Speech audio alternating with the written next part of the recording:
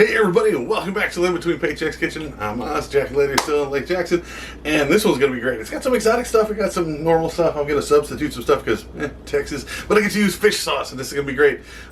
You don't have to have it, but it really adds flavor, so if you go find some, usually at the Asian markets, you might be able to find it with some of like the locals like H-E-B and stuff, but it really helps. It's not mandatory, but it helps. So, before we get into it, be sure to like, share, subscribe to all the YouTube stuff. Ring the little bells, get notifications when we do Tuesdays and Fridays, or as close to Tuesday and Fridays as we can. And also remember, there's a link for our merch down in the doobly-doo. We got aprons, fake hands, pot holders, flippers, spoons, and spatulas, all with our logo and stuff on it. We're a small business. We very much appreciate it. And let's just get into it. Shameless plug over. I get to use fish sauce.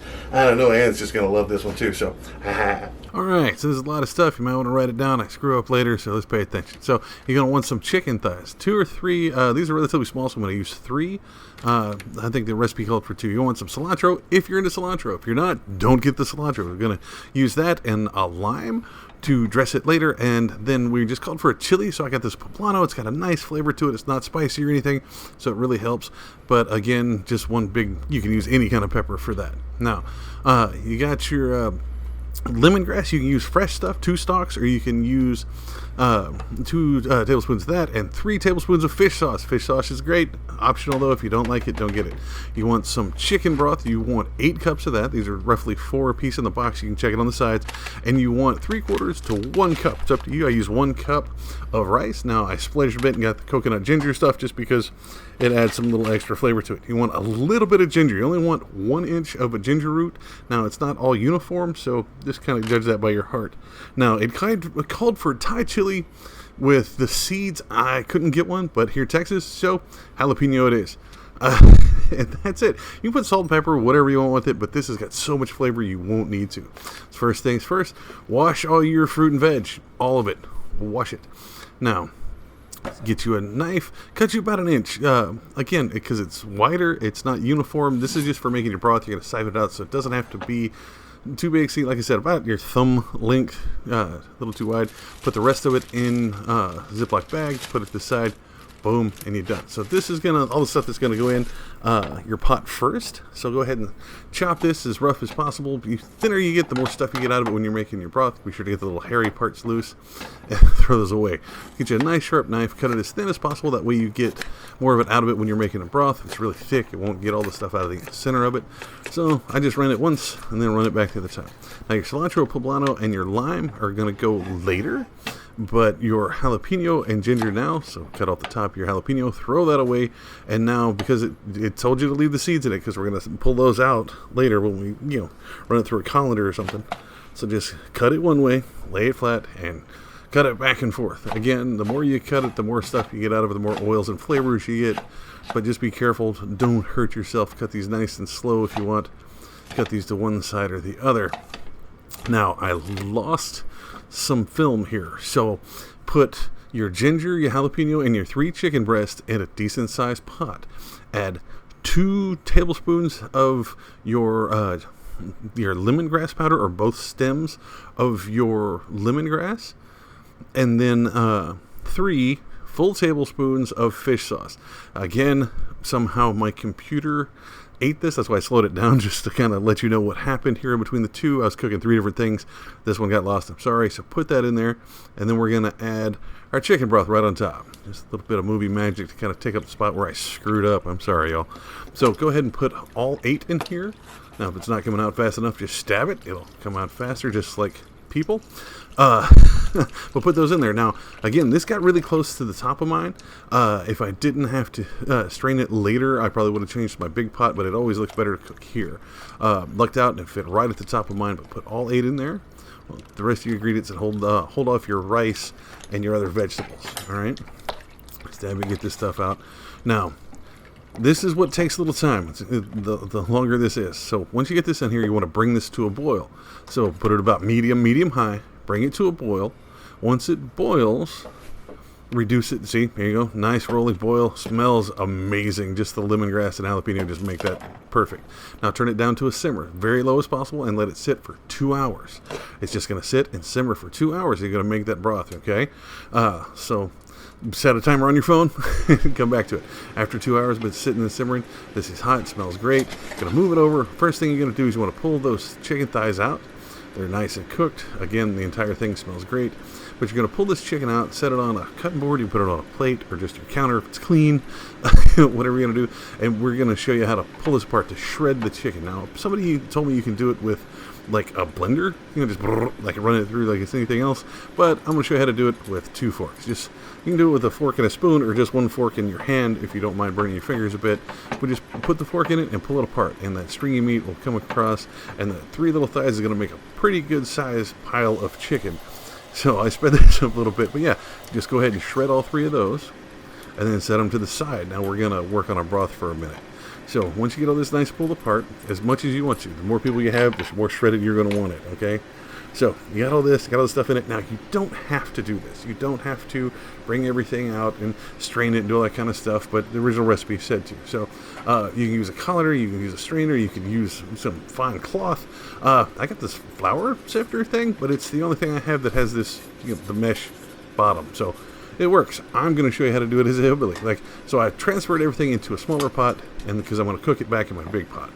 So it barely fits in there, and I'm just going to run it through here. What it's going to do is pull out all the big chunks of ginger and jalapeno and whatever parts of the fish are left in the fish sauce. It'll pull all that out and just leave you with a thin broth on the bottom. There's nothing in it.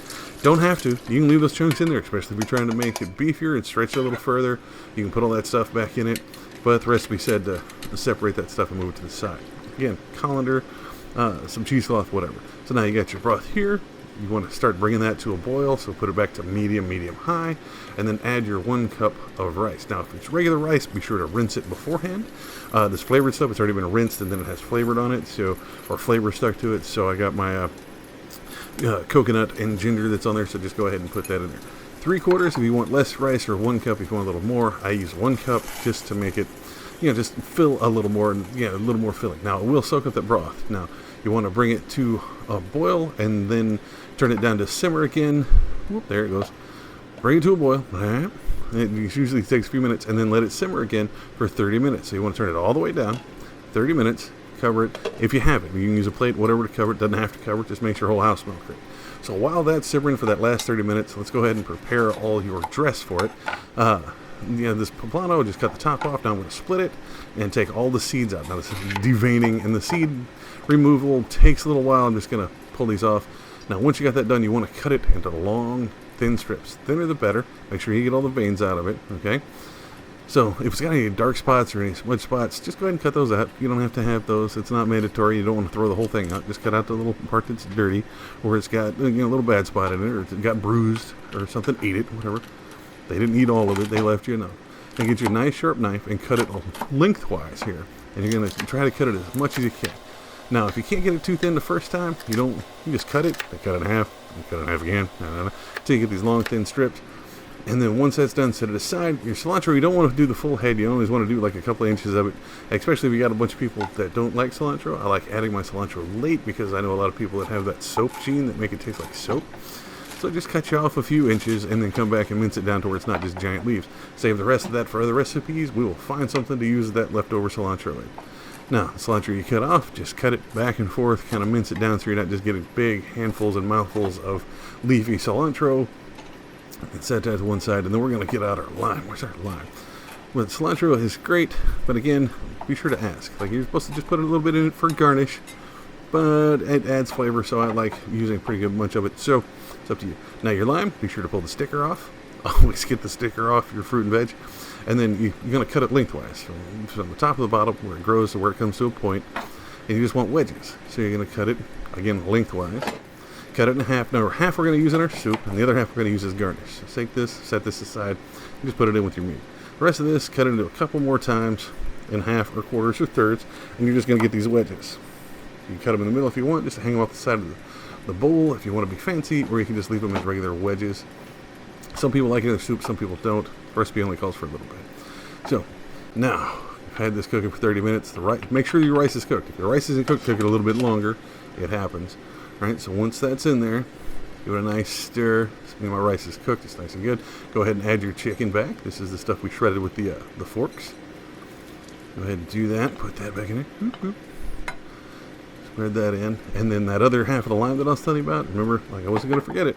This is where you want to go ahead and juice it into your soup. Now, you can squeeze the hell out of it. If it's overripe or not ripe enough, it's going to be really hard. You're just going to have to monkey it. Get you a knife and just stab the living bejesus out of it. It'll pop all those little pieces of pulp in there and get all your lemon juice out. Don't put the rind in there. It makes it a bitter flavor. So heat that until it's warm. So your chicken's cooked, whatever. And your soup is good. Like, this is great. Now, your garnish stuff, I'm going to just pad the hell out of this video by doing that. You already poured your soup. Put your little thing of lime there. 2 or 3, I think that's 4 or 5 slices of the pepper. And just a sprinkling of cilantro. I like cilantro, so I put a lot. Don't have to put a lot of that. And then add spoon. Push to face. That's how you eat soup. This is great. It holds up really well. If you put a lot of rice in it, it will absorb a lot of that broth, so it turns into just chicken and rice. It's really fancy flavored. But this is really good. It holds up well. It's great for meal prep. It's super fancy. It does take a while to cook because of that 2-hour, broth making, your stock that you're making. But this is really good. I would like y'all to try this. This is just amazing for like a date night or whatever you're going to do. Try to impress them with soup, I guess. But, yeah, you should try this. And there you have it, folks. That is the most awesome soup that I've put together since the last soup I put together. This is really good. If you want to do it differently, you want to see us do it differently, you want to see us do the original recipe with all the Thai stuff, I make a trip. I'll do that for you. Put it down in the comments. That's what they're there for. You can also let us know on social media. You can put us on Facebook, Pinterest, Patreon. You can find us on all those at Live Between Paychecks Kitchen. You can also find us on Instagram at Live in Between. I had to shut that down. Shorten it down over there. We didn't have to shut it down. We had to shorten it down. You can also find me, Osway Nerdy, on all of those, plus Twitter and TikTok, and I'm all over the place. And I'll see you next time. This is really good. It's still stinging my lips. This is really good. Y'all be safe.